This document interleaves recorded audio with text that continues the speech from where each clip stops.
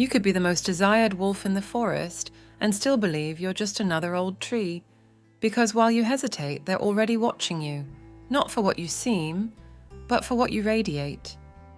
The appeal of an older man isn't loud. It lingers in the air, in the way you walk into a room, or how you never beg to stay. And yet, so many men in their 40s, 50s, even 60s still think their time has passed. That younger women only want youth, muscles, emojis, and filters. False.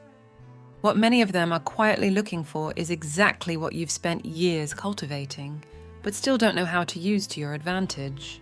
Today, I'm going to reveal the 7 invisible signs that prove you're far more attractive than you think. And when you get to the last one, you won't just understand it, you'll feel it. I'm Celia, and this is your House of Wisdom. Stay with me until the end, because after this video, you won't look at yourself in the mirror the same way again. Have you ever noticed how a room gets quieter when you walk in, but you're not sure if it's out of respect or indifference? Have you felt that strange glance from a younger woman, the one that lasts just 2 seconds, but leaves something hanging in the air, and later you wonder if it was real or just your imagination? It wasn't your imagination, but the problem is you don't see it, not because it's not happening, but because no one ever taught you how to read the language of masculine mystery. And that language, brother, you already speak it without realizing. You're just not using it. You've reached the first point of this video, and we're going to talk about you have silence, and it intrigues them. Because in a world where young men don't know how to shut up, where everything is shouted on social media, where every emotion is displayed like cheap merchandise, you have something they don't: presence, silence, calm, the ability to listen without interrupting, to look without filling the space with empty words. And even if you think that's a flaw, a sign you've lost your social edge, it's actually your greatest weapon. Because silence isn't emptiness, it's command, it's pause, it's control. And a young woman sees it for what it is: emotional authority. Picture this: a group of young men at a table, talking loud, laughing, waving their arms, fighting for attention like restless puppies. Then a man in his 50s walks in, unhurried. He sits down. He doesn't interrupt. He just observes. Within 5 minutes, one of them is already thinking about him. Why? Because he's not asking for attention. He's drawing it in. Because he's not oversharing. Because he's not competing. Because he owns the moment and the room. Silence, when it comes from an older man with stories, isn't passivity. It's a statement. And a young woman used to guys who crumble over an Instagram view feels shaken by a man who doesn't need to prove anything, because he's already lived, already lost, already rebuilt himself. But you don't see it, because you're still trapped in the idea that being attractive means talking more, doing more, moving more. You've been sold the lie that noise is power, when in truth, real power doesn't interrupt. It simply takes up space, and you have it, in your steady gaze, in the pause before you speak, in the way you walk without rush. That's the energy that disarms them, that throws them off, that excites them. Because a young woman might get 1,000 compliments in a day, but she'll spend the whole night thinking about the one man who saw her and stayed silent. This is where you start to come back to your center, where you stop competing with 20-somethings for likes and realize that what you radiate isn't posted, it's felt. And when you learn to inhabit your silence, to not fill it with explanations, to stop apologizing for your age or your calm, you begin to become the man who doesn't just attract, he commands, because the woman who truly matters isn't looking for noise. She's looking for presence. And if you can hold your silence without fear, she won't run.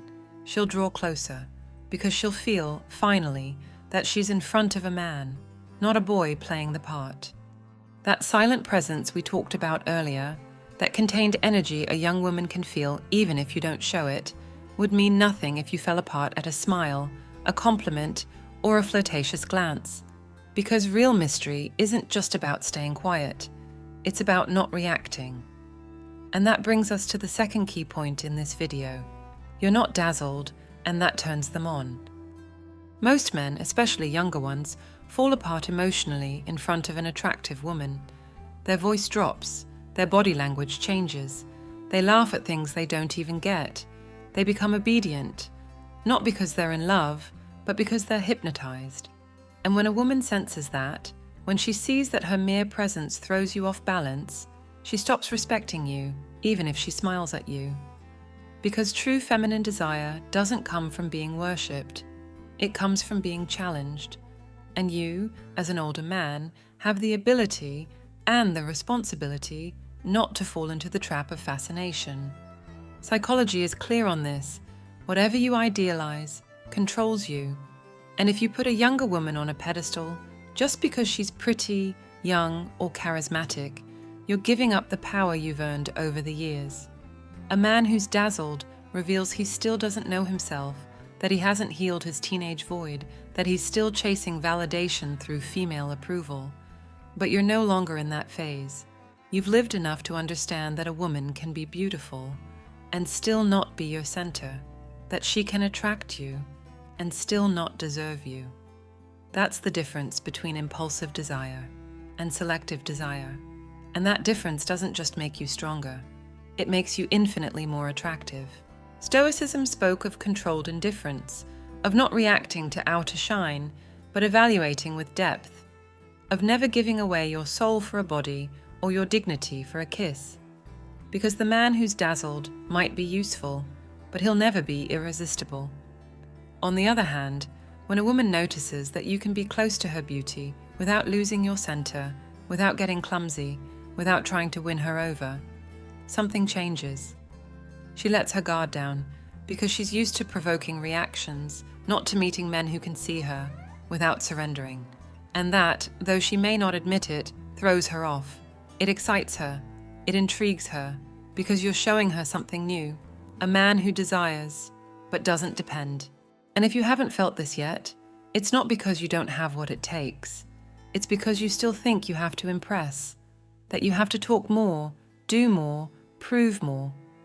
When in fact, the strongest and rarest form of masculine appeal today is the one that doesn't act like a fan.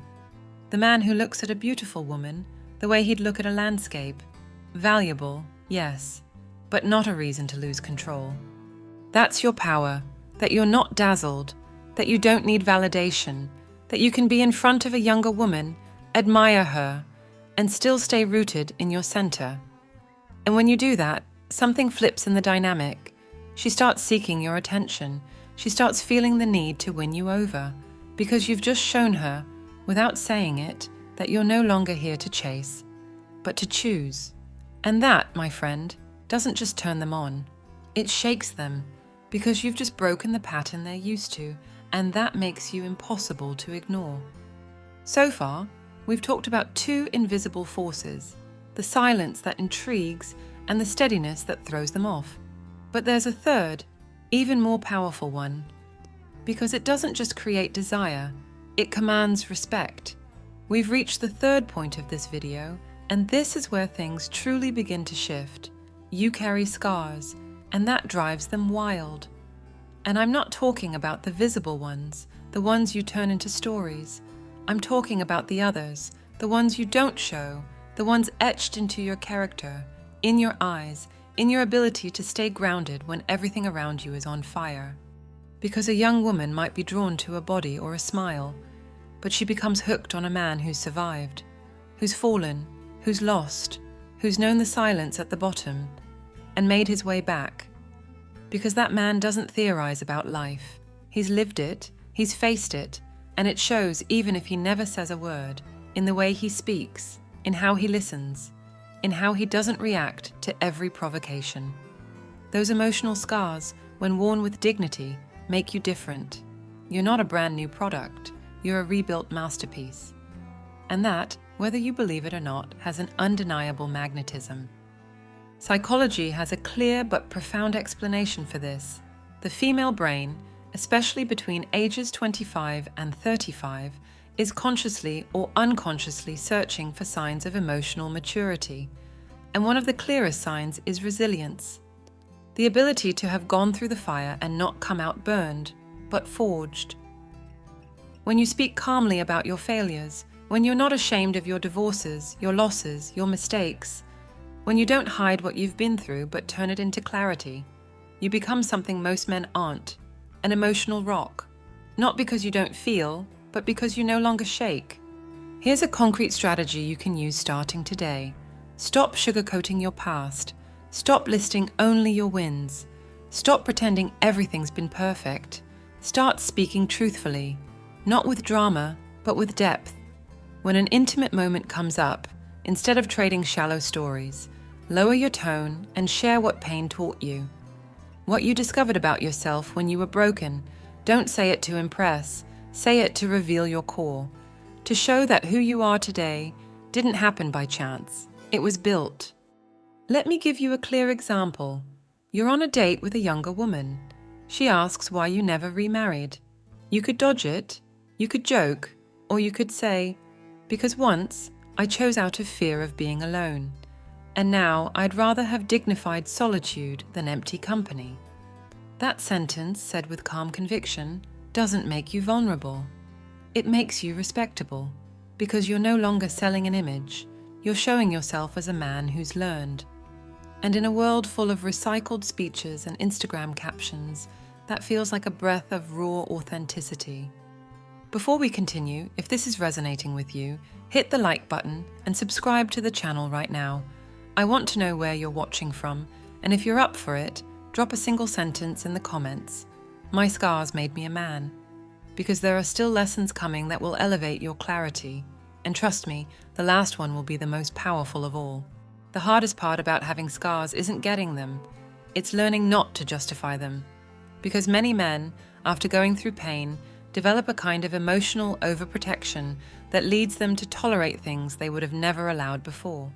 They cling to the bare minimum, settle for crumbs, confuse serenity with resignation. And that, my friend, is the quiet first step toward an emotionally lifeless existence. That's why, now that you understand the power of well-carried wounds, it's time to face the next challenge. The fourth point in this video is, you don't chase, you choose. And this is where many mature men get lost without even realizing it. The most destructive trap for a man trying to reclaim his life, his desire, and his center is still acting like he needs to be chosen, like he has to earn someone's love, like he has to be worthy of attention. It's a sophisticated form of self-abandonment because it puts you in the role of an emotional beggar, even if you have money, experience, wisdom, and presence. And you know what's most dangerous? You don't even realize you're chasing, because you're not running after her physically, you're doing it emotionally. By accepting conversations that drain you, by waiting for replies that never come, by tolerating disrespect just to buy more time. That's not love, that's lack, disguised as patience. This mistake creeps in subtly, especially after a painful breakup. Your mind convinces you that this time, you need to do things better. And that's when the nice guy shows up, the one who listens, who waits, who doesn't impose, who doesn't demand. But behind that mask of the understanding man is someone who's lost his core, who no longer asks, does she deserve me? And instead only wonders, how can I make her like me? And that's the question that breaks you inside. Because the man who lives to be chosen stopped choosing. He stopped being the author. He became the supporting actor in his own story. The consequences of falling into this trap are brutal. You become a functional man, but emotionally hollow. You're present, you work, you pay the bills, you show up, but you no longer lead your life. You no longer set the pace. You no longer spark anything. You just wait. And for a woman, especially a younger woman, that's fatal. Because even if she respects you, even if she values you, she won't desire you. Because desire is born from mystery, yes, but also from leadership. From the ability to say, I'm not here to beg, I'm here to choose. And if you can't see that, I'll keep walking. That's the sentence a mature man needs to tattoo on his soul. Understanding this changes everything. Because the moment you stop chasing and start choosing, you don't just reclaim your power, you reclaim your clarity. You stop accepting any kind of energy. You stop reacting to every little signal. You stop falling into the trap of needing to be liked. You become a selective man, and that's irresistible, because a young woman may attract many, but she only stays with the one who knows how to choose, not because he needs her, but because he sees her.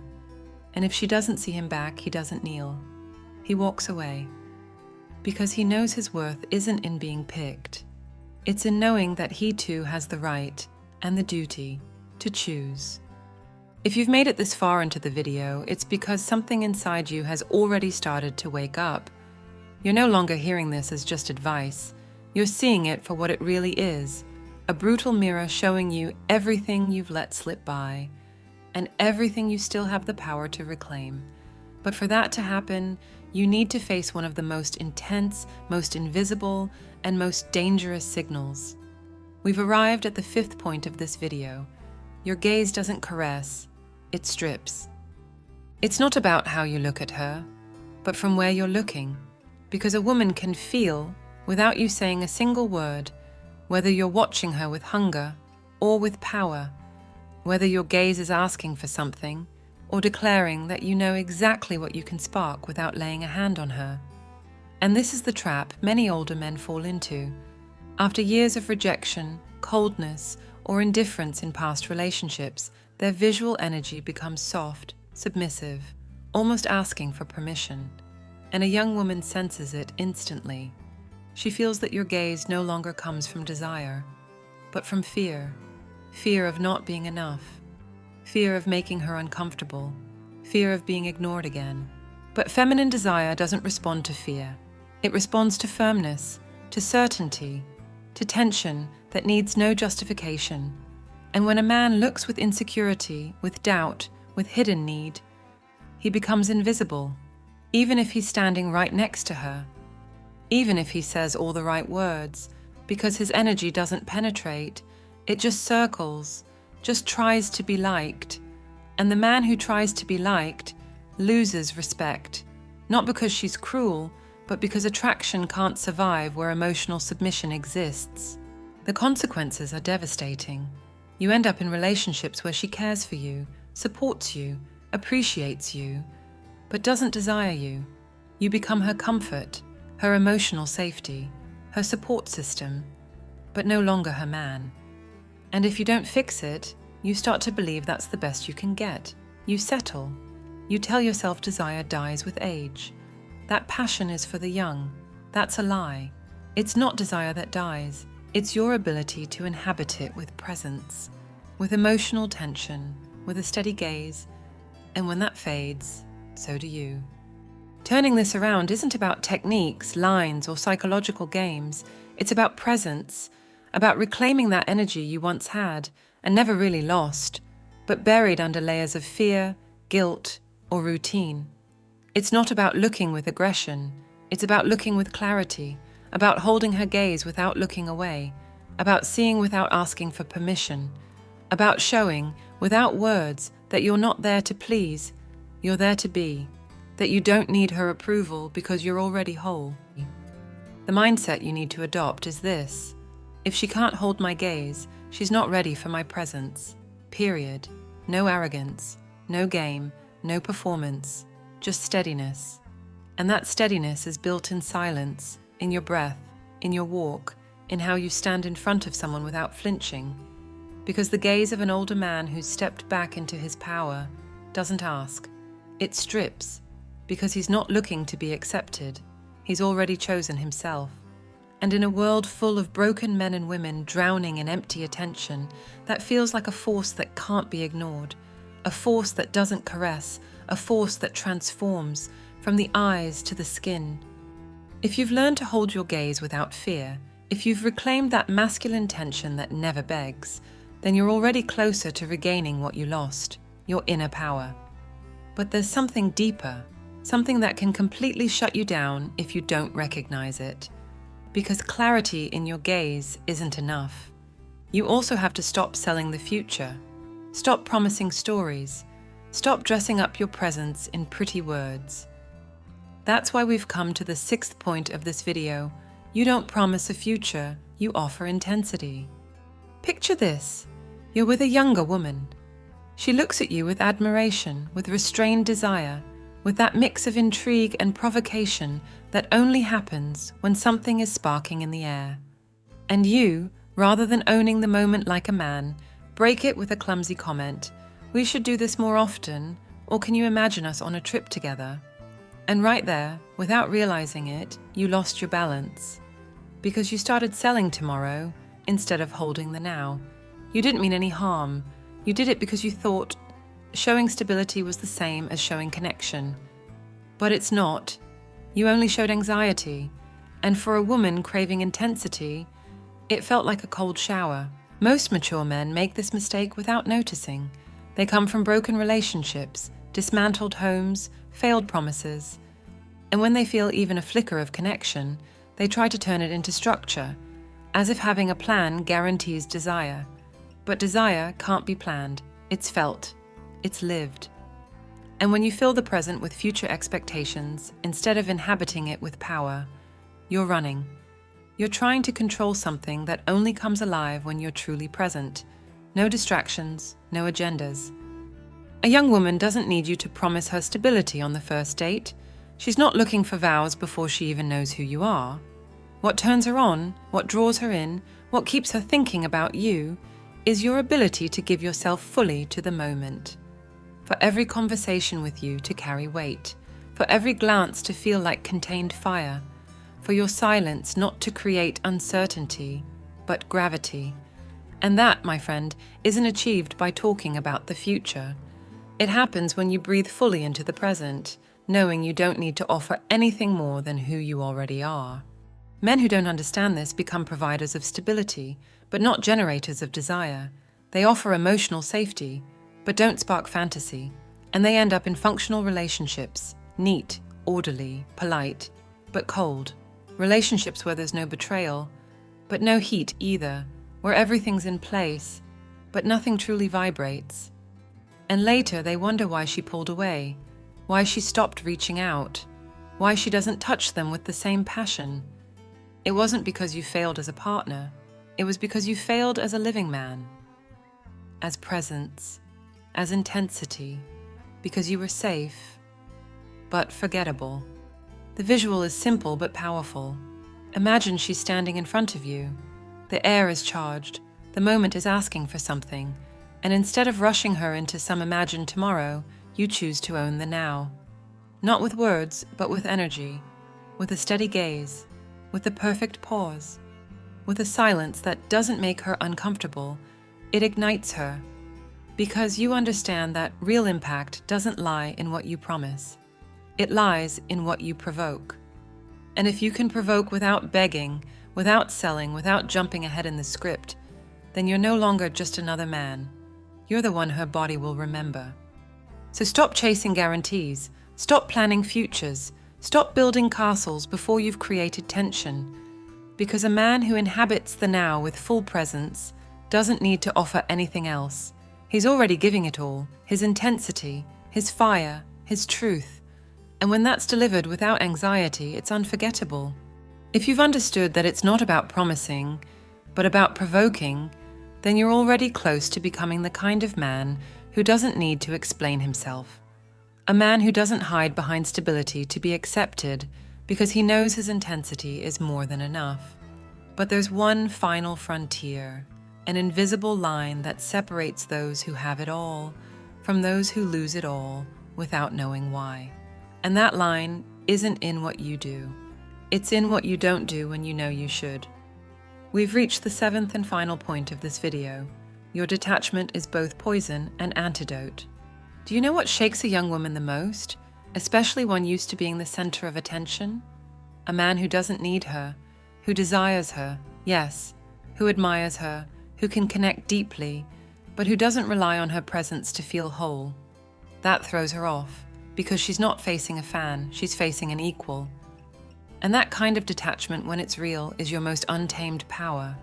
Because it's not coldness, it's not indifference, it's presence with freedom.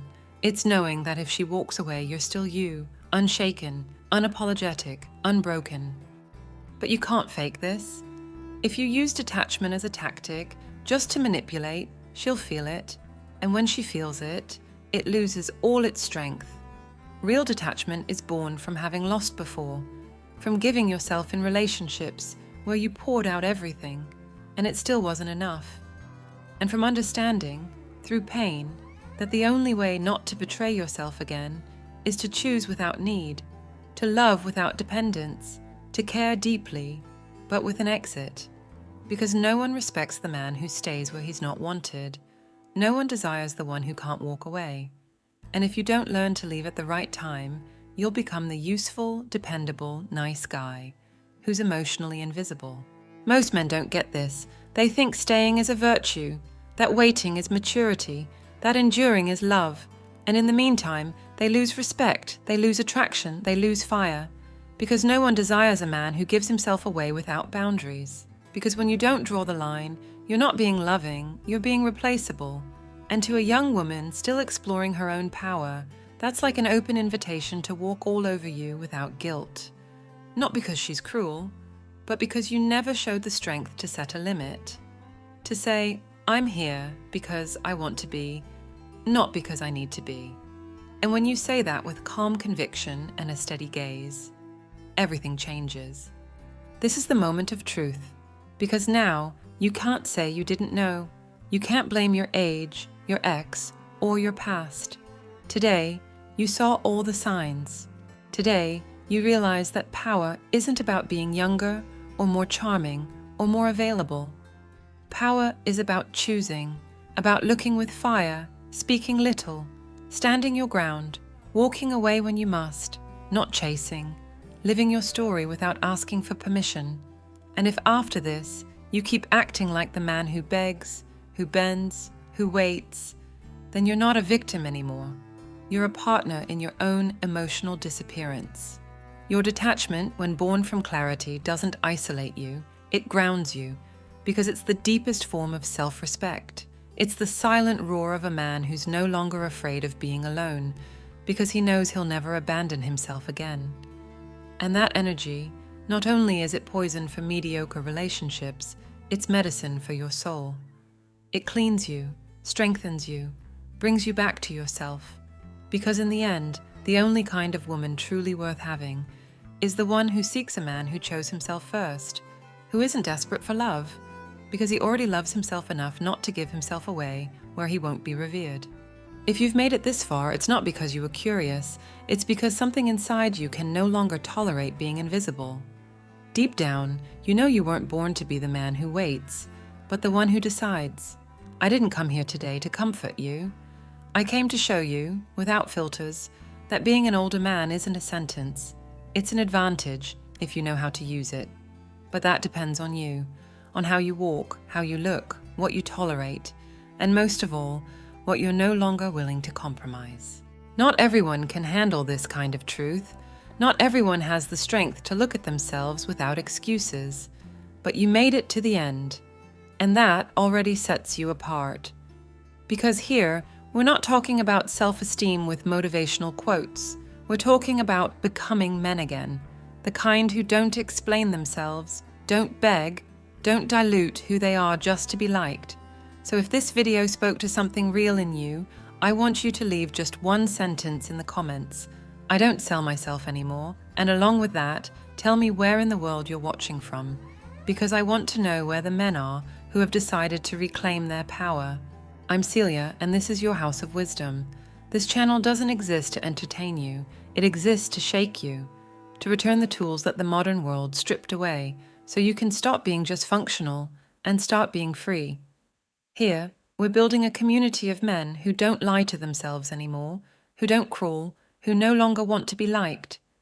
If you feel like you're one of them, subscribe, join us, and share this video with that one friend who still doesn't realize how much power he's about to lose by being afraid to wake up. Don't go just yet. Pick one of the 2 videos now showing on your screen, because this conversation isn't over. It's just beginning, and what you'll see there might change your way of moving through the world even more. Because when a man starts seeing himself differently, everything around him starts to change too.